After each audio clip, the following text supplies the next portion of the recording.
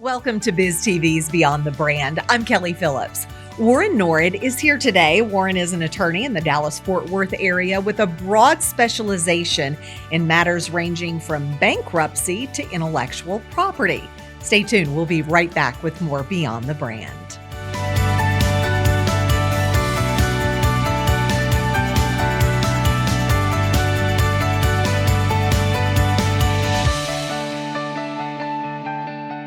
With a background in both engineering and law, he brings a unique blend of technical expertise and legal insight, having founded a multi-state manufacturer representative firm before earning his law degree and publishing scholarly work on constitutional law. Here to share more is Warren Norrid. And Warren, thanks for being with us today. I know you've built a career in various legal fields, including intellectual property and business litigation. What inspired you to start your company? Well, as you mentioned, I started as an engineer. I like to say I was a useful member of society for some number of years before I went into the law world.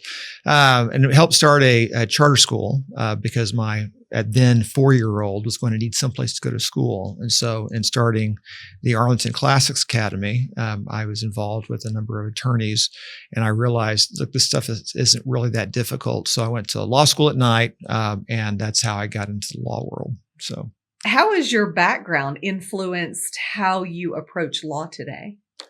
I tend to do a jump from one thing to another, but I like to keep all the tools in the toolbox. I don't ever give anything up, right? Mm-hmm. So going into the legal world, the obvious place to be was in patents. And so we started in patents in that world. And then, as you mentioned, the manufacturing rep world, well, that's all about contracts and small business and manufacturing. And so it led to my first several years as a lawyer was more leaning on the hundreds of contracts I had been involved in as a sales rep more than the actual legal career. Of course, nobody really thinks about that, but it's really helpful if you're an attorney and you're involved in contract work, if you've actually been on the receiving end or signed one, just like if you're involved in property, if you've bought a house, you've signed 1,000 pieces of paper and you go, I'm not sure what any of these things are. Yeah, I think I gave away my firstborn here. Yeah, I don't know what happened here. Deed of trust, what? And who's going to take my house when I don't pay? That's what I really want to know. And so, but when you go through law school, and it fills in all the blanks, right? So it's easier to see, okay, that's what was happening then. And so it was a nice. I was, as a 47-year-old graduate of law school, I wasn't going to go work for big law in a tall building in downtown or Fort Worth. And so it was easy to open up a shop here in Arlington and cater to the small businesses that I had been doing business with. My first several clients were my previous clients as sales reps. So it all blended very well. And can you share a defining moment that solidified your mission to provide comprehensive legal services to your clients? There's been a number of them, but yeah, as I said, I was an engineer and went to law school, and I came out and I didn't want to do fender benders, and people need to do those kinds of things, but it wasn't worth changing career for. So probably one of my bigger early cases was the open carry case, where I realized, no, when cities, governments, big companies use their power to crush other people and say, well, no, we're not doing that. And I go, no, sorry, I'm here. And that's not what the Constitution says, and you don't get to do that. And so that was one of our big work cases, was the open carry case, which of course was against the City of Arlington, stopping pedestrians from handing out constitutions. And so I said, no, I don't get to do that. So that was the first big case. And then, of course, later on, we had the Shelley Luther case, and that was a big case. And so I enjoy pushing back on Leviathan government. That's my favorite. That's your favorite. I understand. Now, your law firm offers services ranging from bankruptcy, right, intellectual property. How do you manage? I mean, you're involved in many different forms of law. Well, we have, I started when I was in my last year of law school, you do pro bono work. And so I was doing some bankruptcy work, and I was enamored with it because it's a very creative part of the law. It is very similar to my patent work, where you're creating something. In patent world, you're creating something from nothing, right? You're trying to bring in something new. Right. In the bankruptcy world, you're walking into a room where there's not enough money to go around. That's just the bottom line. That's why you're in the room. Right. And you're saying, well, what can we do to make things less bad? How can we start fresh? How can we renegotiate? How can we fix things? And so that's a very creative process. But instead of with patent world, where you're starting with kind of fresh ideas, now you're starting with what remains and trying to say, how can I fix this? And so I really enjoy that. And we joke sometimes that we bring them to life and we put them to bed. So that's what happens sometimes. But sometimes when things go right, then you're selling them to a bigger firm. So that's always a fun process too. But it's usually in the brand new business to about $10 million. I have some bigger companies that I work with too, but that's a sweet spot for us, where we're handling all of their needs, helping them pick out a trademark that's going to be good and not going to be something that's not very helpful for them. And new entrepreneurs, they all come in and they sit at my desk and they just want to fix teeth, or they just want to sell eyeglasses. Or they don't want to think about all that legal stuff, all this background stuff. Yeah. And I go, okay, so we don't want to have a name like, I'll just say Grand Prairie Food Market. Okay, it's very generic. It's very generic, right? And in the world of trademarks, then I get to go into trademarks. Okay. And you want to get that trademark established early. And if you don't, then you're going to pay a lot more for it later. I had a client a couple of years ago. We had to resolve a trademark issue with paying 6 figures for something that should have been $1,000 20 years ago. Wow. Had they just trademarked it. Right. Now, I did tell the owner of that company as we were flying to Kansas in his jet, I criticize you sometimes because you do things the wrong way, but I am aware that we're in your jet and not mine. So, you got to let entrepreneurs be entrepreneurial, right? They have to focus on what they're doing. And so you have to say, look, I'll be your pet attorney. I'll take care of these things, but you have to listen to me from time to time. It'll save you money. So, do you have any challenges that you face? Well, sure.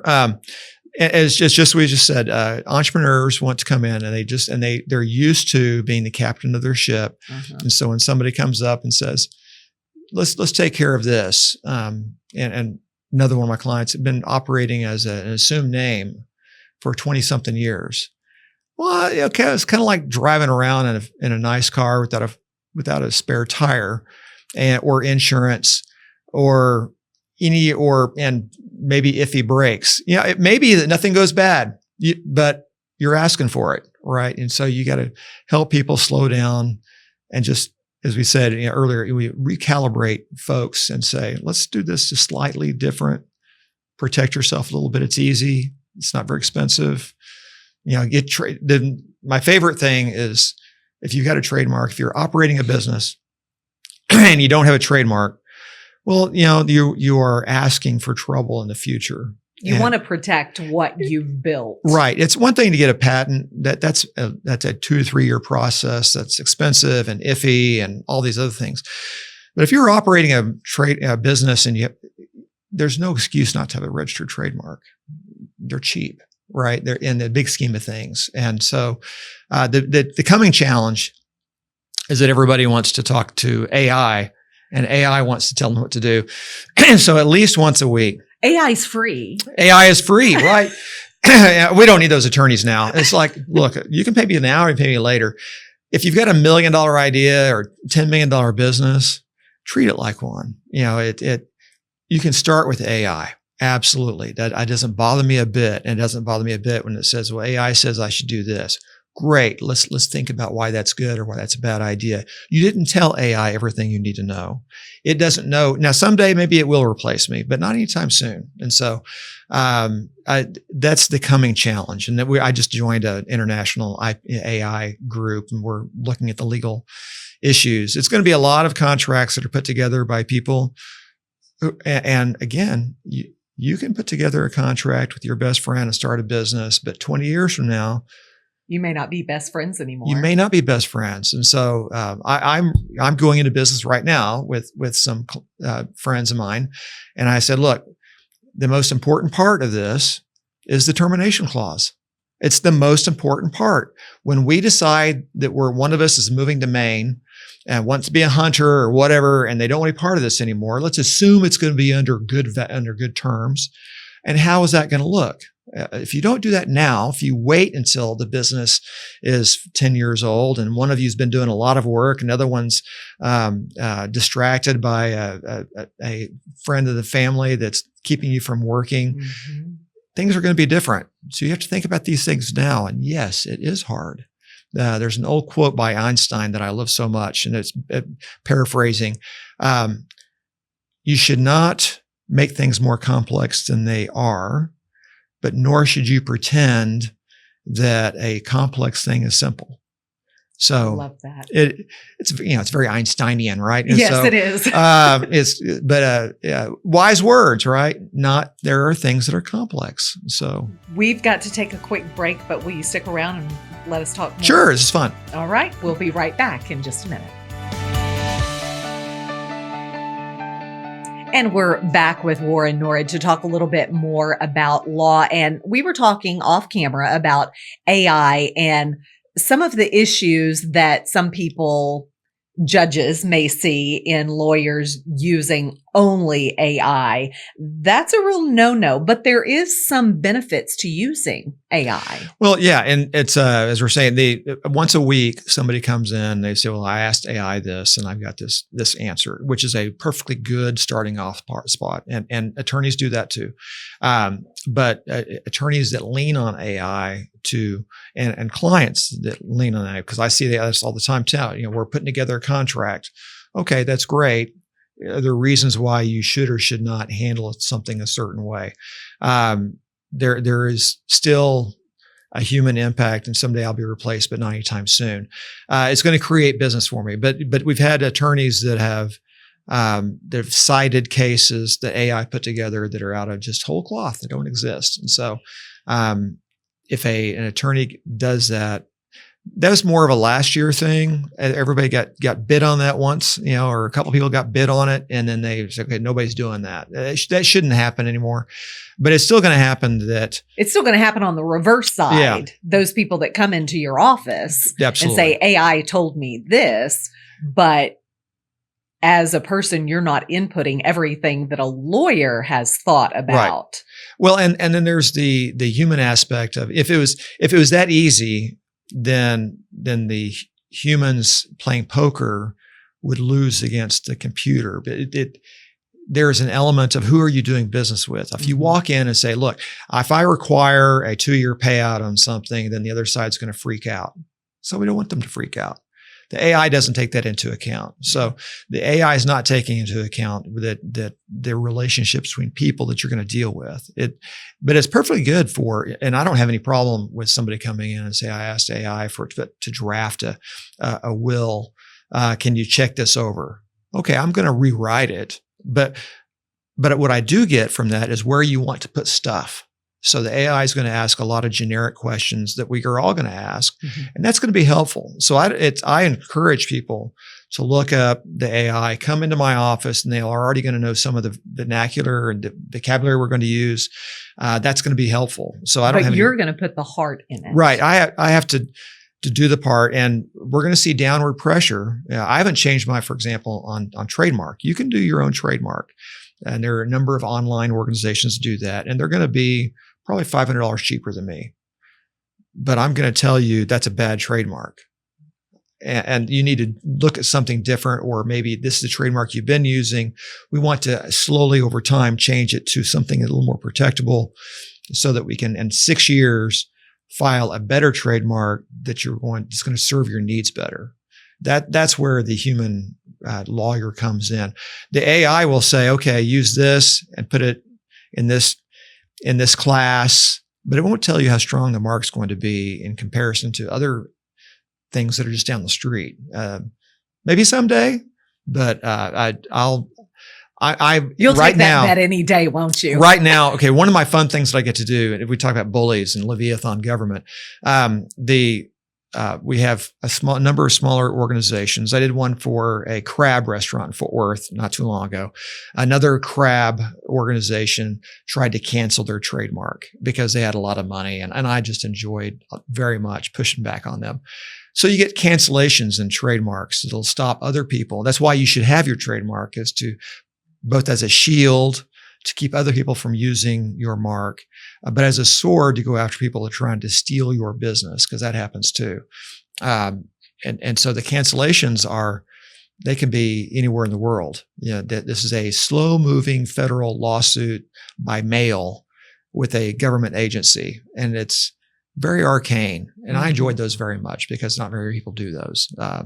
So trademark work is you're going to see a lot of AI on the front end that may or may not make things cheaper or worse, and then have to go fight about the lawsuits later on because it was done badly. So. It sounds like you enjoy helping the little guy. I do. I very much. It's I enjoy when somebody comes in and they've got a working business, and then some big organization, Goliath comes in and says, well, you got to give up your name you've been using, and quite often, right this moment, I've got a cancellation going where it's a family that owns 3 or 4 Tex-Mex restaurants, and they're an immigrant family, and they've been operating for 15 years, and we're getting their trademark through. They should have gotten 10 years ago, but they didn't because they're busy operating a restaurant, right? And a big company comes in, and we're going to push back on that, and I'm very confident that we're going to push them right out and say, no, not here. So, and sometimes, it doesn't go that way, but this time it will. And I enjoy helping these small businesses that are often family operated. They just need to clean up in their paperwork and get them straight. Yeah. With the evolving legal environment, how has your law firm adapted its services to meet new challenges? Well, it's a funny thing because some of our offerings are global. I do trademarks for people all over the world. Some are local. If you need a bankruptcy attorney, you're normally not going to travel more than about 10 minutes from your house, 15 minutes from your house to get to a bankruptcy attorney. So that's very local. But I've got an office in Idaho that we opened up a few months ago because I had an employee that moved to Idaho, and they have an attorney, and her mother's there, worked for me as a paralegal. So they're in Idaho, and we're working there. And we're working together just fine. I've got another attorney that works for me, and he's in Lyon, France right now. And so he's living his best life. The funny thing is this new generation, they kind of expect more flexibility, and they don't want to work as many hours as my generation, our generation. I think I'm probably a bit older, but in the 80s, we just knew we were going to go out. We're going to work 100 hours a week. That's going to be the norm. And then eventually we're going to be successful. And that's just what we did. And we didn't really, the new generation is a little more balanced than that, rightly or wrongly. And so they want more flexibility. Mm-hmm. As long as we can serve clients, I'm all about it. And so we do a lot of flexible work. I'm on Zoom every day with clients, opposing counsel. It's many of our mediations are by Zoom, or you pick your Google Meet, whatever platform you want to use. FaceTime. We're going to mediate by FaceTime. I'm not an ice slave, so I don't know about that. But anyway, but it's been very helpful to do that. I did some work. I'm getting ready to go to a country. I'm leaving town tomorrow for a fun trip, but I'm going to work every day. Every day I'll spend a couple of hours working, and it's just the new life. It is a new life. Now, some people like to do a vacation and they just go on vacation, but I do more vacations than the average person, and I do more work than the average person. So I have found that for everybody has their own deal. I think that I don't do a work-life balance. I just do a work-life soup. Kind of, it's all goes I'm with you. I do the same thing, so I can completely identify. Boundaries. It's kind of fun, but anyway, it's all right as long as you get some time. How can people find you to get your help and your expertise? We are at nordlaw.com. Easy to find. We're right next to the chamber here in Arlington. We have different offices throughout the metropolitan area, but those are really they wind up being. It's funny. People will call us for the Fort Worth office, and they say, "Well, I'll be there a certain day, but if you want to just come to our Arlington office, then." They really want to, especially if somebody's going to come in, they're going to pay you a lot of money to do an important thing. They want to come in and kind of see you in the real, right? Yeah. Where you really office. And so we have these satellite offices. People generally want to come to Arlington. And I like Arlington. It's kind of like the Switzerland of DFW. People will come from Dallas. They're not going to go to Fort Worth. But Arlington's okay. Yeah, it's in the middle. It's okay. Right, it's in the middle. And Fort Worth will go, okay, well, I'm not having to cross 360. So that's all right. That's still in my, that's how we think in the Metroplex. Isn't it crazy? It is. It's a funny world. Some people in Arlington have always kind of have had a less respect for themselves than they should have. And they say, well, we don't have a zoo. I said, no, what are you talking about? Arlington has 2 zoos. We keep one in Dallas and keep one in Fort Worth, but we have plenty of zoos. We have more zoos than most people have. So this invisible little lines that you would worry about, I can get to Lincoln Square or the Stockyards almost as fast as I can get to North Arlington from my South Arlington home. So I live a good life, and I live it throughout the metropolitan area. So, well, Warren, thanks so much for joining us today. We really appreciate. Well, thank you for having me. I appreciate your insight that you shared with us, and just a word of wisdom for everyone out there: if you've got a trademark, or even if you don't, get in touch with Warren. That's absolutely true. Absolutely. Fundamentals are important. That's it. Thanks, Warren. Thank you. And we'll be right back with more BizTV in just a minute. Thanks for watching BizTV's Beyond the Brand. Be sure to subscribe to the BizTV YouTube channel, where you'll find full episodes of this show, a 24/7 live stream, fresh BizTV content, and a few surprises each week to help you stay inspired.